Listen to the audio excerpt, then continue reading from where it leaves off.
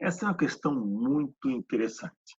Então aqui você tem um solenoide, tá, ele dá a especificação 220 piras por centímetro e 3,2 centímetros de, cuidado, diâmetro. Aqui ele dá o solenoide interno especificando o diâmetro, tá? E em torno desse solenoide existe uma bobina, que ele fala aqui o número de espiras e fala o raio. Então esse mistura raio-diâmetro pode ser uma pegadinha para você errar aqui em vez de dividir por 2 diâmetro.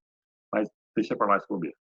Então você tem um solenoide aqui, as correntes saem aqui de cima e entram aqui de baixo. Então, pela regra da mão direita, tem um campo magnético apontando da esquerda para a direita. Bom, em torno desse solenoide existe essa bobina. Então elas não estão, vamos dizer, conectadas por algum fio. Simplesmente elas são coaxiais. E o que acontece aqui? Nós vamos perturbar o solenoide, mudar a corrente no solenoide, consequentemente mudar o campo magnético e daí mudar o fluxo magnético, e queremos ver o que acontece com a bobina externa. Então o problema fala o seguinte: tem esse sistema solenoide e bobina com as suas especificações, e ele fala que a corrente no solenoide diminui de 1,5 A para zero em tanto tempo, 25 milissegundos. Então, há uma variação temporal da corrente. E ele quer saber, quando eu vario a corrente aqui no solenoide, qual que é a corrente induzida na bobina? Então, vamos lá, vamos pensar o seguinte. Se eu quero a corrente induzida na bobina, eu tenho que calcular, então, qual que é a força eletromotriz que vai ser induzida nessa bobina quando há uma variação de fluxo de campo magnético. Então, aqui a lei de Faraday me fala que essa força eletromotriz depende do número de espiras na bobina externa e da variação temporal do fluxo magnético, né, na bobina. Então, vamos calcular o fluxo do campo magnético na bobina. Então, ele é dado pelo produto escalar B escalar A, tá? Lembrando que o vetor normal, a área da bobina, é paralelo ao campo B, então B escalar A vai dar B vezes A. A questão agora interessante é qual é essa área. Não é a área da bobina. Repara, eu quero calcular onde tem fluxo de campo magnético. E aqui, entre o solenoide e a bobina, não tem campo, o campo é zero. Na nossa aproximação de solenoide ideal, longe das bordas, todo o campo magnético está aqui dentro. Aqui fora não tem campo. Então, esse fluxo de campo magnético na bobina vai ser o B que está aqui dentro, multiplicado apenas pela área onde existe um campo B. Então, essa área não é a área da bobina, mas sim a área do solenoide. Olhando isso aqui de frente, então é como se aqui eu tivesse a bobina externa e aqui o solenoide. Apenas nessa área interna aqui que vai haver campo, portanto, vai haver fluxo de campo magnético. E daqui a pouco a variação temporal do fluxo magnético. Então, o fluxo de campo magnético é B, gerado aqui no solenoide, vezes a área do solenoide, não é da bobina externa. Tá? Então, aqui eu coloquei um R minúsculo. Bom, continuando assim, então, a nossa força eletromotriz é dada por menos o número de espiras da bobina, a variação temporal do fluxo magnético, campo vezes a área do solenoide. Mas o campo interno do solenoide, ideal na nossa aproximação, é dado por μ0i vezes n. Então, nós estamos pensando que estamos aqui no vácuo, onde passa essa corrente, e o solenoide é construído com esse número nzinho de espiras por comprimento.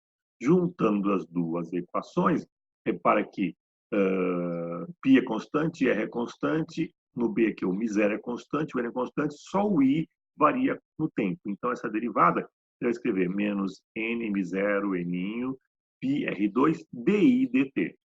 Porque ele fala no problema que a corrente varia no tempo. Então, nós vamos substituir esse di dt, essa variação assim, instantânea, por uma variação média. Ele comenta no enunciado que a corrente passa de 1,5 ampere para zero. Então, essa é a variação de corrente. Final é zero, inicial 1,5 ampere, em 25 milissegundos.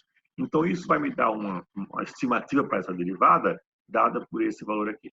Então, substituindo agora nos valores aqui nessa equação, nós temos que a força eletromotriz induzida é, então eu estou pensando lá, 120 espiras na bobina externa, esse é o μ0, o eninho é o do solenoide, 220 espiras por centímetro, já passei para metro, e o raio aqui, cuidado, ó, o raio do solenoide ao quadrado.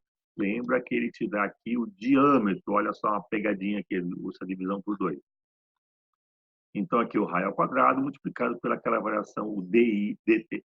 Fazendo as contas, nós temos aí uma força eletromotriz induzida de 0,16 volts. Mas o que ele quer saber é qual que é a corrente induzida na bobina, ou seja, por alterar a corrente do solenoide, surge uma corrente na bobina externa. Qual que é essa corrente? Bom, já acabamos de calcular a força eletromotriz induzida na bobina e ele te fornece a resistência da bobina. Então, agora basta aplicar a lei de Ohm.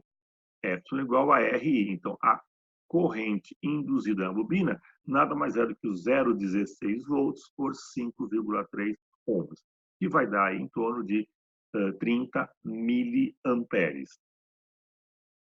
Uma pergunta é essa, então. Qual que é o sentido dessa corrente induzida?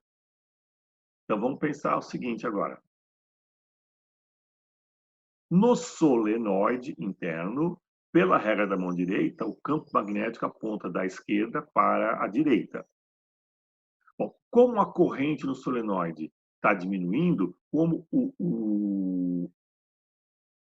Desculpe, aqui não é corrente no solenoide, aqui é o campo magnético no solenoide aponta para a direita. Então, corrija essa palavra aqui. A variação da corrente no tempo, o DI/dt, é negativo. Então, quer dizer que a corrente diminui, o campo diminui, o fluxo de campo magnético está diminuindo aqui no solenoide. Consequentemente, ele também está diminuindo na bobina externa. O que vai fazer a bobina externa? Aquela força eletromotriz induzida é de tal forma que ela vai compensar essa diminuição de fluxo. Lembra aquele sinalzinho menos aqui? Ó? É isso que está dizendo. Vai tentar compensar eventuais variações. Se o fluxo aqui diminuiu, vai haver uma corrente tal que vai aumentar para compensar o fluxo aqui do campo magnético. Então, voltando lá no nosso raciocínio, a variação negativa da corrente, do campo e do fluxo magnético vai gerar uma corrente tal que a corrente na bobina vai compensar essa diminuição. Então, vai surgir uma corrente que, pela regra da mão direita, é dada dessa forma, as correntes saem aqui de cima e entram aqui embaixo, de forma que gere um campo para o lado direito também, que vai compensar aquele campo que está, aquele fluxo de campo magnético que está diminuindo.